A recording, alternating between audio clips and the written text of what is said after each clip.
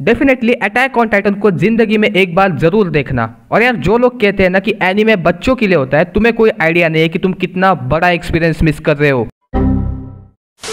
Hello guys, और भाई क्या हाल है यार तुम्हारा? वेल यार तुम्हारा हाल तो बढ़िया रहता है, लेकिन मेरा हाल बेहाल हो चुका है। क्यों? क्योंकि मैंने Attack on Titan season 4 part 1 finally देख लिया है। भाई तू लेट है, मैंने कब का देख लिया है भाई। पता है मुझे मैं लेट हूँ, लेकिन ये मैटर नहीं करता। मैटर ये करता है कि मैंने कंप्लीट कर लिया है। अब इसे देखने के बाद मेरे दिमाग में काफी क्वेश्चंस तो है ही, लेकिन उसके बारे में अपन फिर कभी बात करेंगे। इस वीडियो में मैं बस अपना ओपिनियन, थॉट और रिव्यू दूंगा कि मुझे अटैक ऑन टाइटन के चारों सीजन्स कैसे लगे, क्या लोगों ने इसे ओवर हाइप कर दिया है या एक्चुअल में ये सीरीज देखने लायक है। अपन ऐसे सब कुछ बात करेंगे। और हाँ, ये वीडियो थोड़ी लंबी हो सकती है क्योंकि मैं एक ही वीडियो में चारों सीजन्स के बारे में बात करूंगा, और मैं थोड़ा अगर इसे भावनाओं में बह गया और ज्यादा डिटेल में चला गया तो भाई कर लेना एडजस्ट। चलो करते हैं फटाफट शुरू। मैं यहाँ पे इंट्रो डाल दूंगा, फिर उसके बाद वीडियो शुरू करते हैं।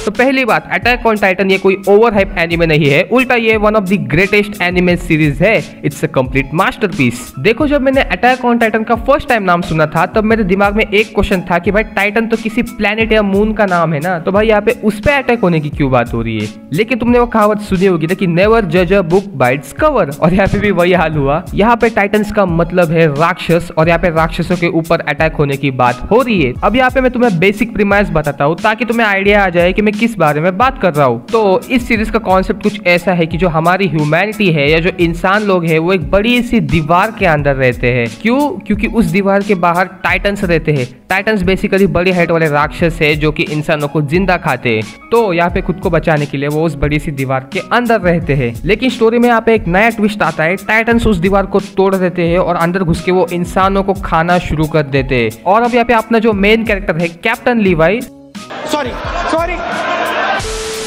कैप्टन लीवाई ने एरिन येगर।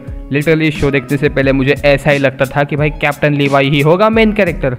तो एनीवेज, अपना जो मेन कैरेक्टर है एरिन येगर, उसकी माँ को एक टाइटन जिंदा खा लेता है, वो भी उसके सामने। और अब ये देखने के बाद एरिन डिसाइड करता है कि वो सारे टाइटन्स को खत्म करके ही रहेगा। और यार एपिसोड 1 में काफी लेजिट सीन्स भी है, जैसे अपना जो टाइटन है वो वॉल ब्रेक करता है, उसके बाद कैसे कोई पत्थर के नीचे दब के मर गया, कोई ऐसे सदमे में है और लोग इधर से उधर ऐसे भाग रहे, वो बहुत ही ज्यादा रियलिस्टिक वे में प्रेजेंट किया गया है। देख रहे हो स्टोरी कितनी ज्यादा डार्क है, और जैसे जैसे तुम एपिसोड कंटिन्यू करोगे ना ये स्टोरी और भी ज्यादा डार्क होने वाली है। और डार्क होने के साथ साथ ये स्टोरी अनप्रेडिक्टेबल भी है। और ये जो पॉइंट है ये मुझे काफी ज्यादा पसंद है इस सीरीज का। मतलब तुम गेस ही नहीं कर पाओगे कि भाई आगे क्या बवाल होने वाला है। अब ये तो बात थी स्टार्टिंग के 2 सीजन्स की, लेकिन अभी तो क्लाइमैक्स बाकी है मेरे दोस्त। अगर तुमने पेशेंस के साथ 2 सीजन्स देख लिए हैं तो तुम्हें सीजन 3 देखने में बहुत मजा आने वाला है। क्यों? क्योंकि सीजन 3 से attack on Titan literally masterpiece की कैटेगरी में आ गया है। मतलब यार स्टोरी पहले ही डार्क चल रही थी, लेकिन अब स्टोरी में पॉलिटिकल एंगल या पॉलिटिक्स भी आ चुका है। और तुम्हें भी पता है कि जहाँ पे भी पॉलिटिक्स आता है वहाँ पे मामला काफी गर्म हो जाता है। और यहाँ पे भी वही हुआ, स्टोरी और ज्यादा हीटअप हो गई। और सीजन 4 तक तो आते आते भाई चीजें बहुत ज्यादा फक्ड अप हो चुकी है। और भी काफी सारे रीजन है जिसकी वजह से मैं मानता हूँ कि अटैक ऑन टाइटन सीजन 3 से मास्टरपीस की कैटेगरी में आ चुका है।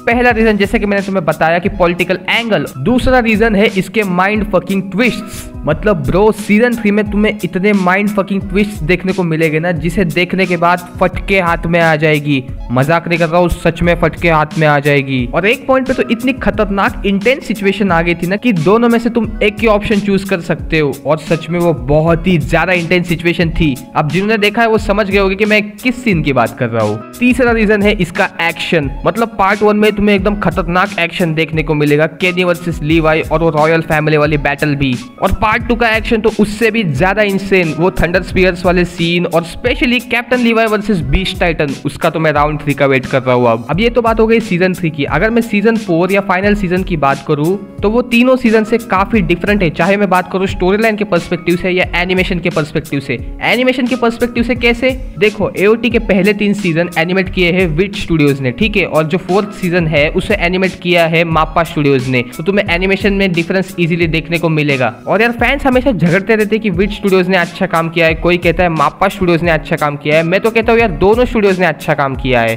और जब अब एनिमेशन की बात निकल के आ ही चुकी है तो इसका एनिमेशन काफी बढ़िया है, एकदम क्लियर एंड शार्प एनिमेशन है। और एक फन फैक्ट बताऊं, एओटी का जो एक एपिसोड होता है उसका बजट कितना हो सकता है? Any guess? 150,000 to 160,000 dollars. अब तुम इसे कैलकुलेट कर लेना इंडियन रुपीज में, लेकिन इतना ज्यादा बजट है इसका तो भाई एनिमेशन तगड़ा होने ही वाला है। ओह शिट, हम यहाँ पे फिर से भटक गए। हम तो बात कर रहे थे कि एओटी का सीजन 4 कैसे डिफरेंट है।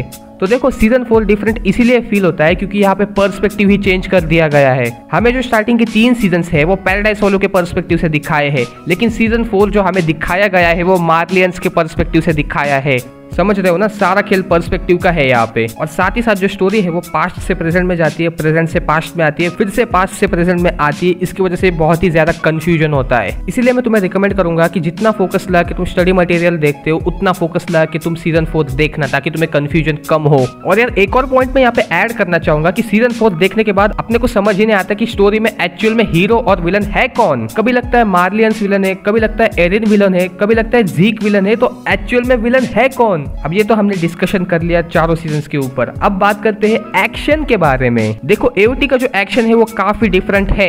अगर तुम नोटिस करोगे तो जनरली एक्शन सीन्स में कैमरा एक फिक्स लोकेशन पे होता है और कभी कभी वो शेक करता है, लेकिन एओटी के एक्शन सीन्स में जिस स्पीड पे कैरेक्टर मूव कर रहा है ना, उसी सेम स्पीड पे कैमरा भी मूव करता है और ये अलग ही एक्सपीरियंस देता है और आदमी को देखने में ज्यादा मजा आता है। और यार कैरेक्टर्स के बारे में बात किए बिना मैं कैसे रह सकता हूँ, क्योंकि इस सीरीज के कैरेक्टर्स बहुत ही ज्यादा लाजवाब है। शुरुआत करते हैं कैप्टन लीवाई के साथ। कौन कहता है यार कम हाइट वाले लड़के वीक होते हैं? कैप्टन लीवाई को ही देख लो, पहले सीन में उसने एरिन को इतना गंदा बजा दिया ना। पर्सनली मैं उस टाइम उसे हेट कर रहा था, लेकिन बंदा सच में बहुत ज्यादा ओपी है। और भाई फर्क नहीं पड़ता, बंदे के सामने 50 टाइटन भी हो ना, अकेले ही सबकी मार लेगा वो, इतना ज्यादा बैडएस है।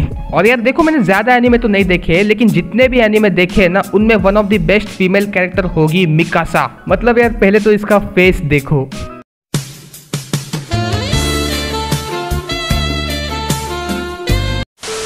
और ऊपर से इस लड़की के बहुत ही ज्यादा बैडएस मोमेंट है सीरीज में। मतलब लड़की एरिन को बचाने के लिए कुछ भी कर सकती है, सामने कितना भी बड़ा टाइटन हो खत्म कर देगी उसे। और बैडएस होने के साथ साथ लड़की काफी केयरिंग भी है।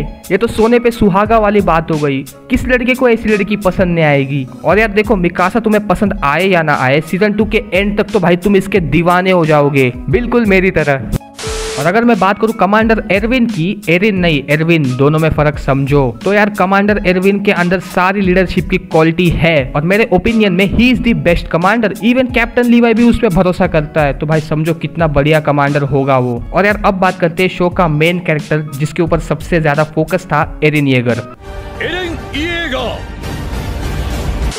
देखो मेरे ओपिनियन में एरिन येगर और जीक ये दो सबसे ज्यादा कंफ्यूजिंग कैरेक्टर है। मतलब इनको समझ पाना बहुत ही ज्यादा मुश्किल है। नो डाउट सीजन 4 में एरिन काफी बैडएस है और उसका लुक काफी तगड़ा है, लेकिन एरिन ने सीजन 4 में जो कांड किए हैं वो हीरो वाले तो बिल्कुल भी नहीं है। मतलब कौन सा हीरो सिविलियंस को जान से मार देता है? डेफिनेटली विलन का ही काम है ये। बट येलेना का प्लान सुनने के बाद अपने को ऐसा फील होता है कि एरिन हीरो वाला काम कर रहा है। तो एक्चुअल में एरिन है कौन, hero villain? I don't know, मुझे पता नहीं है। मे बी मैं एरिन के ऊपर एक कैरेक्टर एनालिसिस वीडियो बनाऊंगा सेपरेट, वो भी एकदम डिटेल में होगी। और यार किसी शो को हिट बनाने में उसका बैकग्राउंड म्यूजिक और उसकी ओपनिंग का भी उतना ही बड़ा हाथ होता है। तो इस सीरीज का जो बैकग्राउंड म्यूजिक है वो काफी दमदार है। मेरा पर्सनल फेवरेट है एशेस ऑन द फायर। और ओपनिंग की बात करूँ तो यार ओपनिंग भी काफी बढ़िया है, जोशीली है, वॉल टाइप है, पसंद आएगी, सुनने में मजा आएगा। और अब वीडियो का सबसे मेन पॉइंट शुरू होता है। आधे लोग तो आप तक वीडियो छोड़ के चले भी गए होंगे। तो मेन पॉइंट जो है वो है अवॉइड स्पॉयलर्स। देखो मैंने नारुतो देख लिया है, टोक्यो रिवेंजर्स देख लिया है, जुजुत्सु काइसन देख लिया है,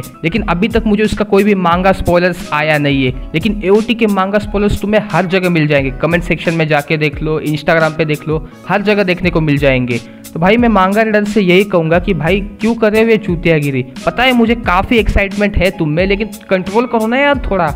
मजा क्यों खराब कर रहे हो दूसरों का? अगर आदमी को पहले ही पता चल गया कि किसकी किसके साथ फाइट होने वाली है, कौन मरने वाला है, तो भाई देखने का मजा ही क्या रह गया। इसीलिए भाई स्पॉइल करना बंद करो प्लीज। और यार मैं तुम्हें एक बात बताना चाहूंगा, अगर तुम एओटी देख रहे हो ना तो सोशल मीडिया सोच समझ के यूज करना, क्योंकि मेरे साथ भी यही हुआ है। मैंने सीजन 1 कंप्लीट किया, यूट्यूब पे गया, होम स्क्रीन पे स्पॉइलर वाली वीडियो आ गई, इंस्टाग्राम पे गया, फीड पेज पे स्पॉइलर वाली पोस्ट आ गई। तो भाई सोशल मीडिया सोच समझ के यूज करना। अगर तुम्हें स्पॉइलर मिल गया ना तो तुम्हारा देखने का पूरा मजा खराब हो जाएगा। इसलिए भाई बच के रहना, ठीक है। अब ये एनिमे तुम नेटफ्लिक्स के ऊपर देख सकते थे, लेकिन इस एनिमे को अब नेटफ्लिक्स ने हटा दिया है, तो अब तुम इसे देख सकते हो क्रंची रोल पे और फनीमेशन पे। और लैंग्वेज भी इसके दो है, इंग्लिश डब और इंग्लिश सब। मैंने इसे इंग्लिश डब में देखा है क्योंकि यार सबटाइटल्स में क्या होता है, आदमी का ध्यान सारा नीचे ही होता है सबटाइटल्स पढ़ने पे, कुछ और मत सोच लेना। तो मैंने इसे इंग्लिश डब में देखा है, लेकिन अब मैं फिर से देखने वाला हूँ इसे इंग्लिश सबटाइटल्स के साथ। तो देख लेना भाई, तुम्हें जिसमें देखना है उसमें देख सकते हो तुम। तो भाई ये था अटैक ऑन टाइटन का रिव्यू। मैं तो पर्सनली इसे रिकमेंड करता हूँ, इसको एक बार जरूर देखना, ये एक मास्टरपीस सीरीज है। और यार सीजन 4 का पार्ट 2 आने वाला है जनवरी 2022, और पर्सनली उसके लिए मैं बहुत ही ज्यादा एक्साइटेड हूँ, लेकिन अब वेट करना पड़ेगा, क्या कर सकते हैं। और यार अगर तुमको वीडियो पसंद आ गई तो लाइक मारो ना, और अगर तुम चैनल पे नए हो तो भाई सब्सक्राइब करो ना, क्योंकि अटैक ऑन टाइटन के वीडियोस में आगे भी लाने वाला हूँ। तो चलो यार, मेरा गला बहुत ही ज्यादा थक चुका है रिकॉर्डिंग करके। बाय।